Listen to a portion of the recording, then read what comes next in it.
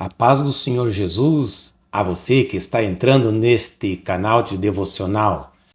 Se você gostar, convido a inscrever-se no canal Pão Diário. Convido também a curtir e a compartilhar os conteúdos com seus amigos, conhecidos e grupos de WhatsApp e Facebook para que mais pessoas sejam alcançadas com a mensagem do Evangelho. Não se esqueça de ativar o sininho das notificações para que você possa estar recebendo conteúdos atualizados tão logo sejam postados. Deus abençoe grandemente cada um de vocês. Fique com este vídeo agora. Amém? Sermão do Monte, capítulo 16, parte 3. Assim também brilhe a vossa luz. E isso já tem sido abundantemente comprovado na história. Tem havido igrejas que, tendo perdido o seu sabor ou tendo deixado de emitir a verdadeira luz, passaram a ser pisadas sob os pés dos homens. No passado, houve uma poderosa igreja cristã na África do Norte, uma igreja cristã florescente que produziu muitos daqueles primeiros gigantes cristãos, incluindo o grande Agostinho.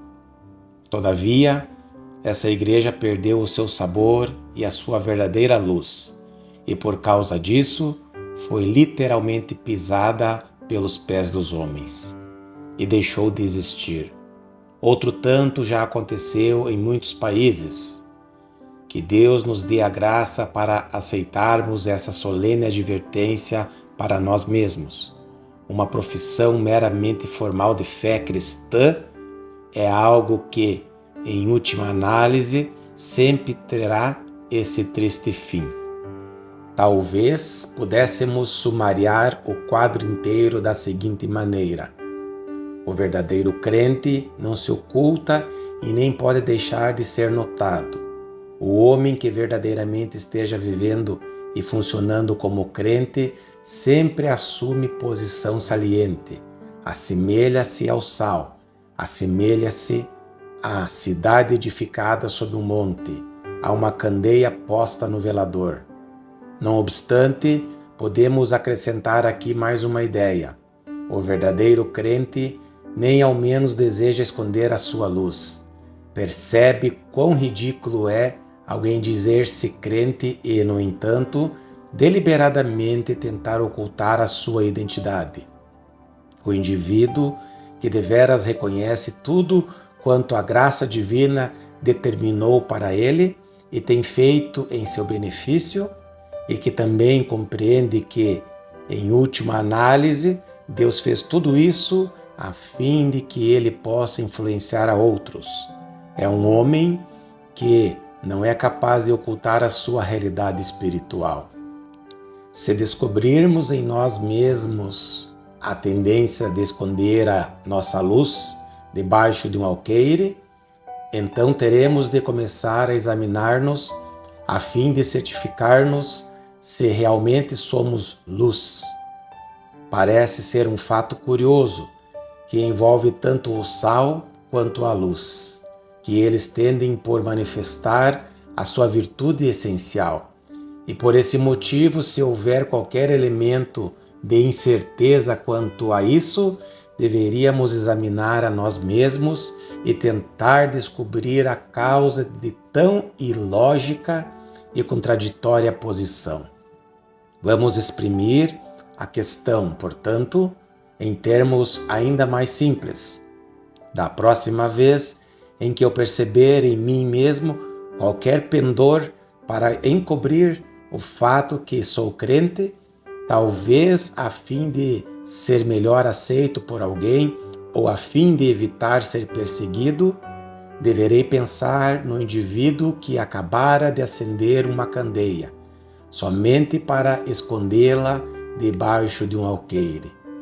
No momento em que eu começar a pensar acerca disso, percebendo todo o ridículo da questão, reconhecerei a coisa sutil que me oferecera aquele alqueire, como a mão do diabo. Por conseguinte, cumpre-me rejeitar a sugestão. Pelo contrário, convém que eu brilhe mais intensamente ainda. Essa, pois, é a primeira declaração. Passemos agora a examinar a segunda declaração, a qual se reveste de sentido eminentemente prático, como nos podemos assegurar de que realmente estamos funcionando como sal e como a luz do mundo? De certa forma, ambas essas ilustrações salientam essa verdade, mas a segunda delas provavelmente é a mais simples. Nosso Senhor refere-se aqui à dificuldade e mesmo à impossibilidade de um homem chegar a restaurar a qualidade de salinidade do sal que perdera o seu sabor. Uma vez mais, os comentadores mostram-se grandemente interessados por esse particular, oferecendo como ilustração o caso de um homem que, de viagem, encontrou alguma espécie de sal que perdera sua salinidade. Quão tolos podemos tornar-nos quando começamos a estudar as Escrituras em termos de vocábulos e não em termos de doutrinas.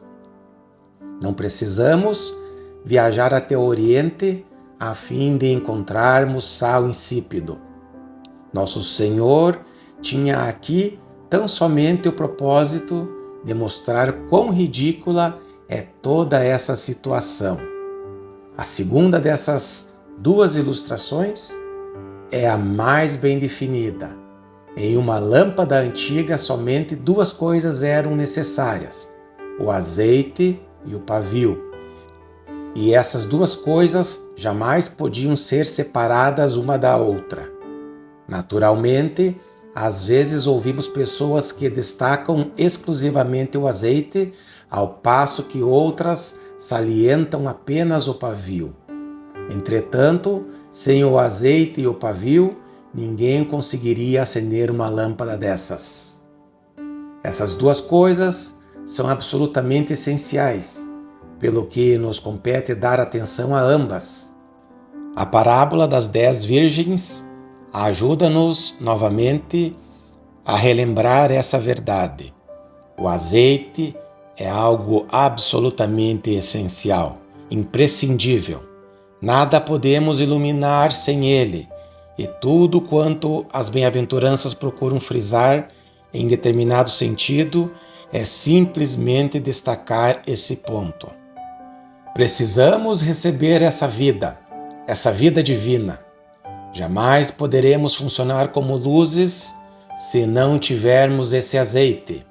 Só seremos a luz do mundo na medida em que aquele que é a luz do mundo estiver atuando em nós e através de nós. Portanto, a primeira coisa que precisamos perguntar de nós mesmos é esta: já recebi dessa vida divina? Tenho certeza que Cristo está habitando em mim? Paulo orou em favor dos crentes em Éfeso, no sentido que Cristo passasse a habitar ricamente em seus corações mediante a fé, a fim de que pudessem ser cheios de toda a plenitude de Deus. A doutrina inteira concernente à obra do Espírito Santo consiste essencialmente nisso. A obra do Espírito não é conferir-nos dons específicos, como o de línguas ou como vários outros dons, a respeito dos quais muitas pessoas ficam tão excitadas.